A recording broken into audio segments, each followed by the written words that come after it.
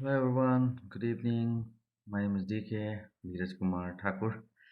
इसीलिए मैंने एक चैनल बनाया है ठाकुर इन यूरोप बिकॉज अगले 5-6 साल तक यही प्लान है कि हम लोग यूरोप का कोना कोना घूमें।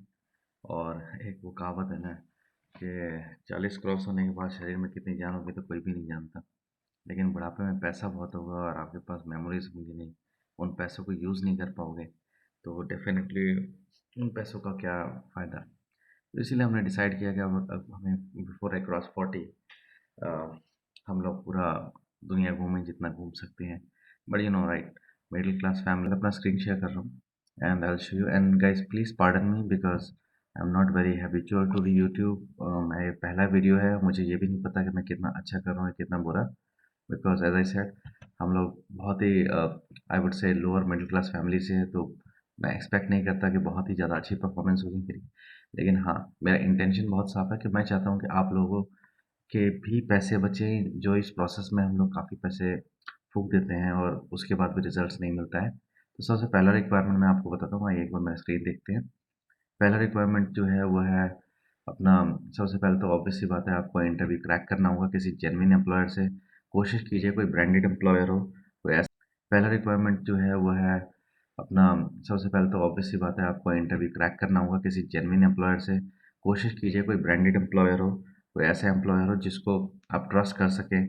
और खासकर जो work permit and job offer रहता है उसको वेरीफाई ज़रूर करें। मैं आपको अगले वीडियो में बताऊंगा वो सब कैसे करना है। लेकिन अभी हम बात करते हैं कि आपका वर्क, आप लेट्स से आपकी जगह मैं हूँ और मैंने इंटरव्यू दिया और मुझे जॉब ऑफर आ गया एम्प्लॉयर से। तो सबसे पहला स्टेप एम्प्लॉयर क्या करेगा, मेरे डॉक्यूमेंट लेगा, लाइक मेरा experience letter, my education document and passport, जिसकी वैलिडिटी 6 महीने या उससे ज़्यादा की होनी चाहिए। और उसके बाद वो मेरे बिहाफ पे आई मीन एक एम्प्लॉयर जो है वर्क परमिट अप्लाई करेगा अपनी लोकल एम्बेसीज में। और उसका लंबा प्रोसेस होता है जिसमें आपको जाने की ज़रूरत नहीं है, बट इट्स सिंपली जनरली दो सिटीज़ है, एक वार्सो सिटी है और एक क्रैको सिटी है। आपका सिलेक्शन कहीं भी हुआ, अगर वार्सो सिटी से उन्होंने अप्लाई किया आपका वर्क परमिट, तो जनरल जो टाइम है 30 to 60 डेज़ का टाइम लगता है। और अगर क्रैको सिटी से अप्लाई किया तो 30 to 90 डेज़ का टोटल प्रोसेस लगता है वर्क परमिट आने में। जब तक वर्क परमिट आ रहा है आपको इंश्योर करना है कि आप बाकी के डॉक्यूमेंट्स की तैयारी शुरू कर दें और अरेंज करना शुरू कर दें, जिसकी लिस्ट मैंने नीचे दी हुई है। तो बात करते हैं कि जैसे ही आपके पास hard copy of work permit receive हुआ है जिस पे ओरिजिनल एम्बेसी की स्टैम्प होगी, उसके बाद हमें क्या करना है। तो सबसे पहले हमें करना है कि इन दोनों ईमेल आईडीज़ पे मेल करना है। वैसे तो पहले बीएफएस पे करना है और 24 to 48 आवर्स का वेट करना है। अगर कोई रिस्पॉन्स नहीं आता है तो फिर एम्बेसी को मेल कीजिए और उसके बाद आपको विद इन 72 आवर्स वो रिस्पॉन्ड कर देंगे अपॉइंटमेंट के साथ, according to your date of joining in the current company.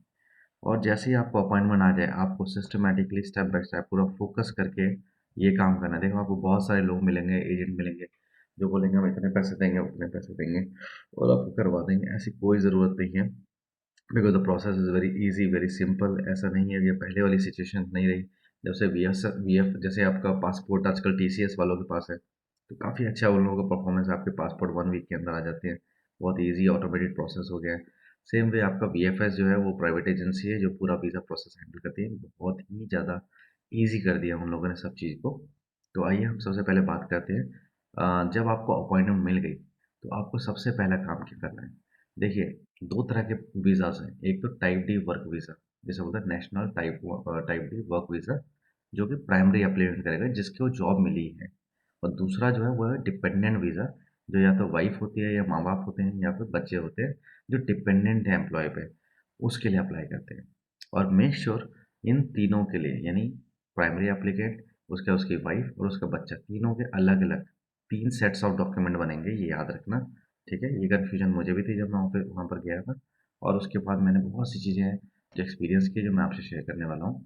तो सबसे पहली चीज़ आप ये देखिए कि यहाँ पर प्राइमरी एप्लीकेंट जो है उसको एप्लीकेशन भरना है कंप्यूटराइज, हैंड रिटन नहीं होना चाहिए। तो उसके लिए ये जो लिंक है आप इस पे जाके भर सकते हैं। और भरने के बाद उस फॉर्म को प्रॉपर जब सब कंप्लीट हो जाएगा सारी इन्फॉर्मेशन, मैं नीचे लिंक में एक कमेंट में आपको डाल दूंगा। एक सैम्पल फॉर्म है जो मैंने फिल किया था which was very easy. And उसके बाद आपको पीडीएफ का प्रिंट आउट लेना है। सबसे पहली चीज़ तो ये करनी है।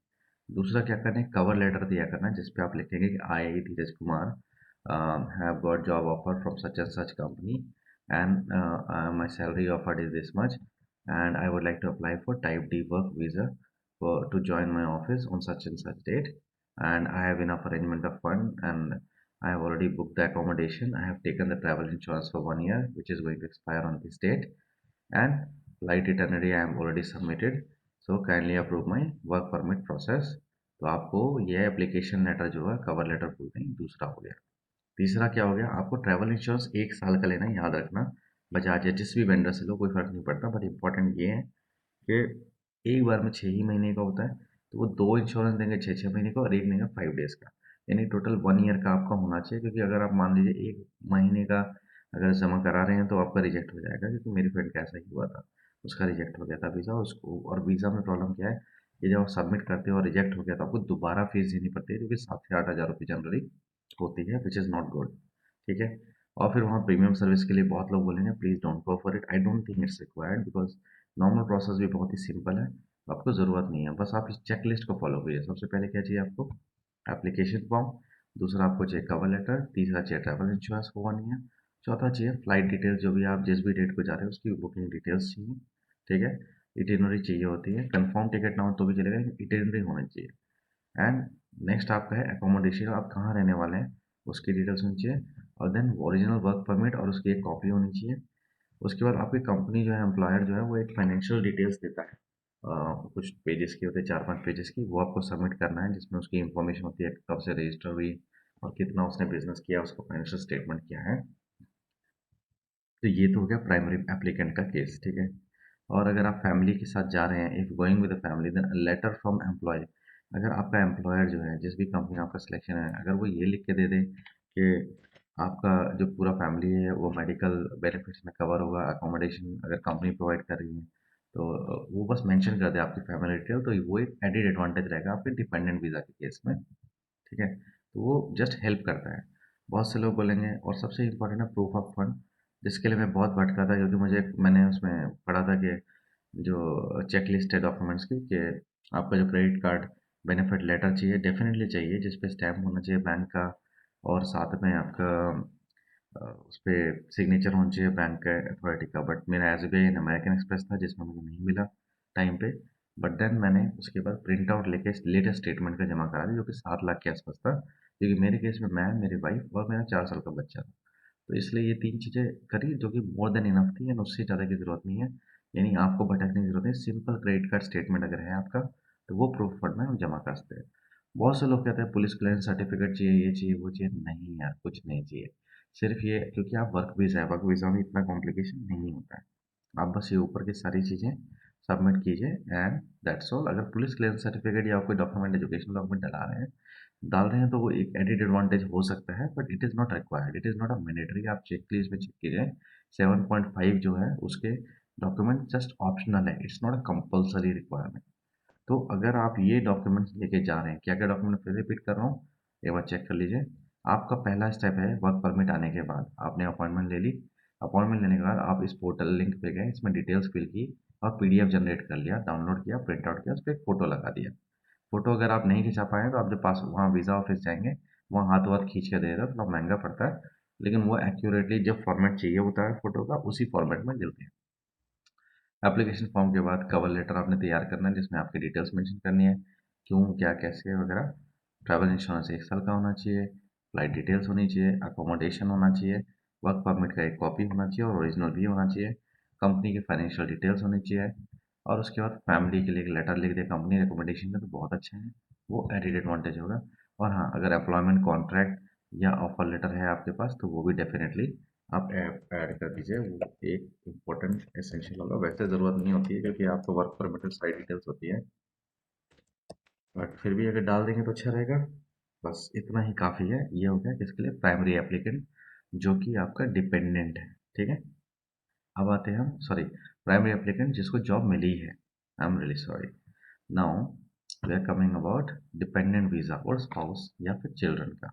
इसमें क्या करना है, फिर से ई काउंसलेट पे जाकर सेम फॉर्म भरना है, कुछ भी डिफरेंट नहीं चाहिए। ठीक है। और उसका प्रिंट ले लीजिए, फ़ोटो लगा दीजिए। फ़ोटो आप वहाँ पर खिंचवा सकते हैं, जब फैमिली को लेके जाएंगे तो वहाँ पर वीज़ा ऑफिस में तीनों का फिजिकली होना ज़रूरी है। ठीक है।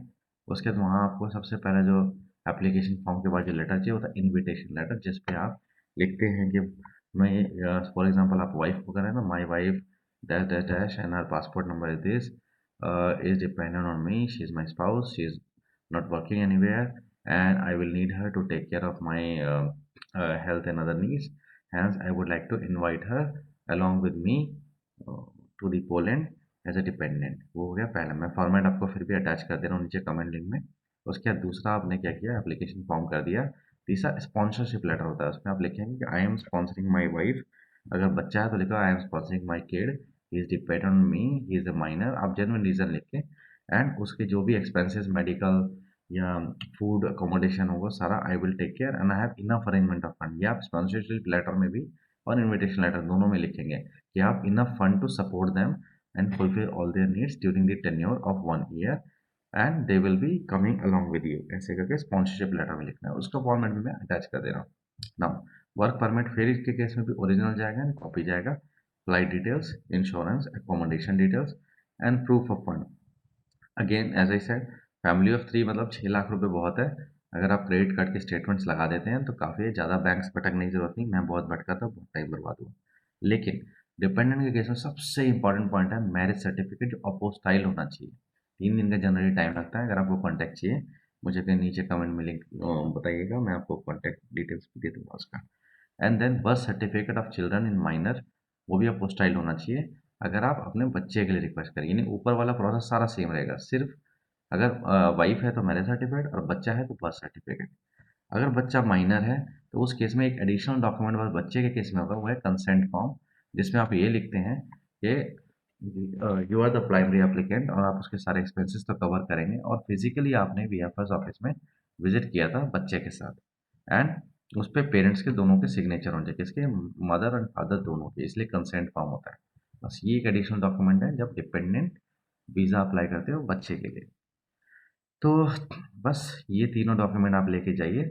यानी मैं फिर से रिपीट कर रहा हूँ, प्राइमरी एप्लीकेंट का एक सेट ऑफ डॉक्यूमेंट आपने सारा बना दिया, दूसरा सेट आपने वाइफ का बनाया और तीसरा आपने अगर एक बच्चा है तो एक का, दो बच्चे तो दोनों का सेट बनाया।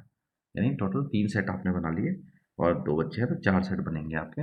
ये लेके जाइए अभी में आप वीएफएस ऑफिस में, या फिर आपको अगर एम्बेसी की डायरेक्ट अपॉइंटमेंट मिली है तो आप वहाँ जाइए और वहाँ जाने के बाद आपको ये सब सबमिट करना है। कोई रॉकेट साइंस नहीं है, बहुत ही सिंपल प्रोसेस है। Trust me, it is very very easy process. अगर आपने डॉक्यूमेंट प्रॉपरली रखे हैं तो वहाँ आपका रिजेक्शन का कोई चांस ही नहीं है किसी भी वजह से। That's what I feel. तो मैं फिर भी यहाँ पर मैंने इसलिए नोट में लिखा है, please prepare separate set of file of primary applicant is going to MPC VFS along with spouse and children. So for a husband, family of husband, wife and 4 year children, 3 set of files must be prepared and documents as per our checklist। मैंने जितने भी आपको जो formats बोले हैं वो मैं आपको कमेंट बॉक्स में ऐड कर रहा हूँ। अगर आपको कोई भी क्वेरी हो, मैं आपका फ्रेंड हूँ, मैंने फेस किए हैं चीज़ें, इसीलिए मेरा इंटेंशन कोई यूट्यूब से बहुत पैसे कमाना नहीं है। सिर्फ ये है कि जैसे मैं भटका वैसे और किसी को ना भटकना पड़े। एंड डेफिनेटली मुझे भी लोगों ने हेल्प की है, जैसे मैं कोशिश कर रहा हूँ कुछ लोगों की हेल्प करने की। फिर भी अगर आपकी कोई क्वेरी हो तो मैं क्योंकि पोलैंड सक्सेसफुली आ चुका हूँ तो I will help you in completing the process। that is what is very simple intention। I am sure मेरी लैंग्वेज में, मेरी वीडियोस में डेफिनेटली प्रॉब्लम्स होंगी क्योंकि मुझे नहीं पता, I am not a professional YouTuber. Okay, but I think this is the easiest way to connect with the people. कि अगर कोई मुझसे पूछ रहा है, मेरे को 10 लोग दिन में मैसेज करते हैं कि भाई कैसे किया, क्या किया, तो मैं भाई उनको अब ये यूट्यूब वीडियो पकड़ा दूंगा जिससे उनको सारा कुछ बहुत क्लियर हो जाएगा, step by step process.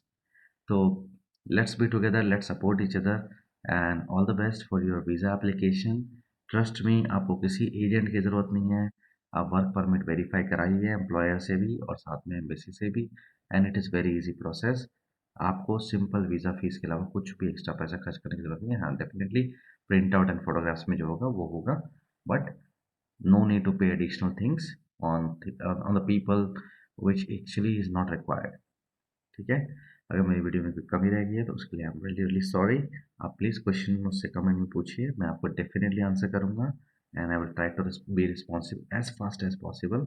And all the best everyone. Thank you very much. Please like and subscribe my channel so that I can further help you post on how to live in Poland, how to survive in Poland, what are the preparation you should do before the landing, and जैसे मैंने जो जो की थी कहाँ से आपको क्या अच्छा मिल सकता है। अगर आप दिल्ली से हैं तो प्रॉब्लम मैं दिल्ली में आपको बहुत अच्छा गाइड कर सकता हूँ कि कहाँ से क्या आपको बेस्ट मिलेगा for the last minute preparation. क्या क्या करनी चाहिए, आपकी कंपनी रीइंबर्समेंट कर रही हैं चीज़ें, तो उसमें हम क्या बेस्ट तरीके से यूटिलाइज़ कर सकते हैं, क्या क्या सामान ला सकते हैं यहाँ पर। और उसके बाद मुझे फर्स्ट डे क्या क्या चैलेंजेस आए ज्वाइनिंग में, तो वो मैं आपको अपने नेक्स्ट वीडियो में बताऊँगा कि how was my first day in Poland and what were the challenges I faced. तब तक के लिए स्टे कनेक्टेड। आप मेरे चैनल को लाइक एंड सब्सक्राइब कीजिए। Thank you so much for your time and have a good day and all the best for the procedure.